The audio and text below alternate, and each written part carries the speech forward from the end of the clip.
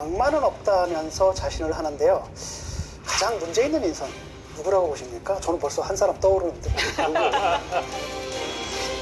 저는 일단 그 이진숙 교육부 장관, 교육부총리는 실제로 그 여권 내부에서도 좀 어려울 수 있겠다는 생각을 좀 합니다.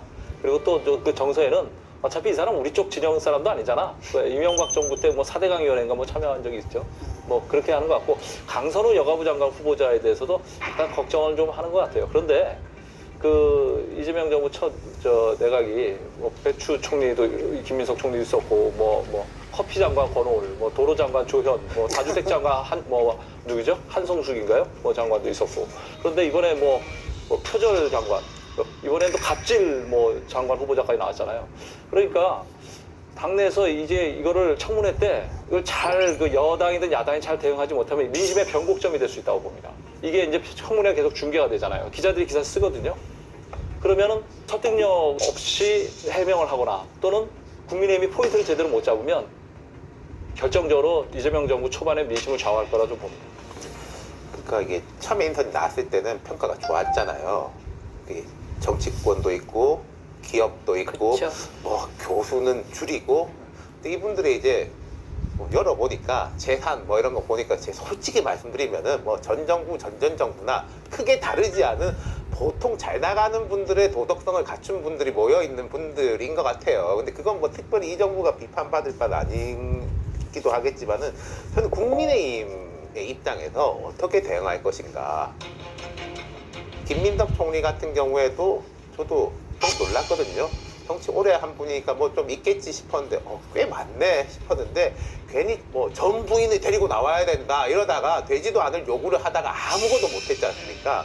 뭔가 집중해가지고 이진숙, 강선우 한 두 분 정도 이제 집중을 해서 낙마를 시킨다든지, 아니면 낙마를 못 시키면은 여당이 이렇게 국민 여론을 뻗대는 여당으로 이제 이미지 메이킹을 한다든지, 그런 식의 전략적인 접근이 필요할 것 같고, 거꾸로 여권 입장에서는 무조건 다 간다가 아니라, 지금 말씀은 못하겠지만은 1선, 2선에 대해 가지고 저는 지금 비서실장이나 정무수석이 워낙 경험 많고 명민한 분들이라서 그걸 이제 보고 여론에 적절하게 대응하라, 그런 부탁드리고 싶습니다.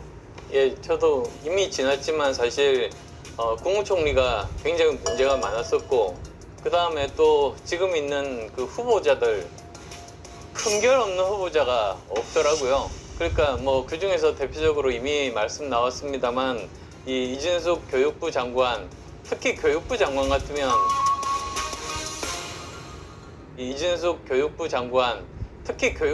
같으면 이 논문에 대해서 표절 같은 게 굉장히 민감하거든요. 거기에 모범을 보여야 이 교육부를 제대로 통솔할 수 있는데, 그 부분에 대해서 보통 일반 상식 수준을 넘는 수준의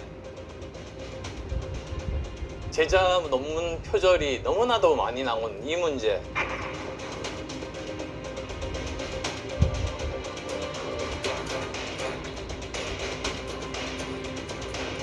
그 다음에 강선우 의원도 지금 5년 동안 보좌관 46명 바뀌었다고 했습니다.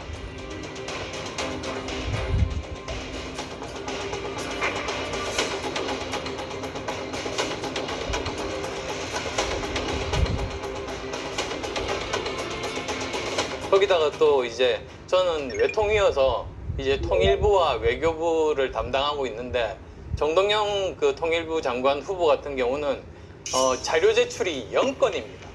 사실 이런 경우도 저는 처음 봤습니다. 그래서 이런 부분들에 대해서 제대로 좀 성실하게 잘못했으면 잘못했다고 사과도 하고, 이런 모습들을 제대로 보여줘서 다른 모습들을 보여주는 것이 이번 장관 후보들이 해야 할 그런 모습이라고 봅니다.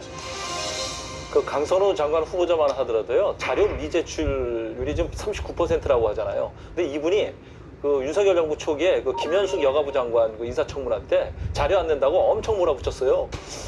자료 제출 거부, 또 비협조 문제로 이렇게까지 기사가 난 후보가 있었나 저는 의아합니다. 인사청문회법에 따라 위원회 의결을 통해서 자료 제출이 요구가 됐음에도 불구하고 왜곡하고 은폐를 하고 있습니다. 지금 인사청문회를 공개적으로 진행한 이유가 뭡니까? 민의의 정당인 국회에서 국민을 대신해서 국무위원 후보에게 묻고 또 답을 듣기 위해서 아니겠습니까? 시대 바뀌었습니다. 지금 바로 사퇴하시면 되겠다는 말씀드립니다. 그 문제는요. 예. 필름 돌려보면 여야 의원들이 다 할 말이 없습니다.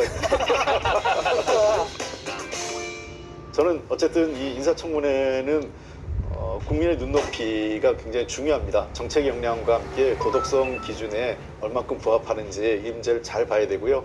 여당도 무조건 감싸는 게 이롭지도 않아요.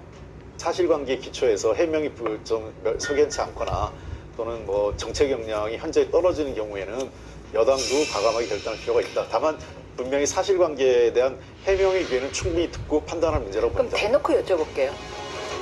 문제가 없다라고 아예 보시는 거예요? 아니면 문제는 있지만 있긴 있으나 너희들도 그랬잖아인 거세요?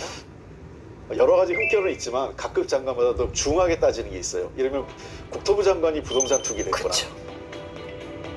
국방부 장관이 병역을 면탈했거나 면탈했거나. 또는 교육부 장관이 뭐 표절이나 뭐 지금처럼 초중등교육법을 어겼다든지 이러면은 사실은 좀 그 가중처벌되는 게 있거든요. 그래도 지켜야 될 선은 어느 정도는 그 정해놓고 인사청문회를 여야가 같이 했으면 좋겠습니다.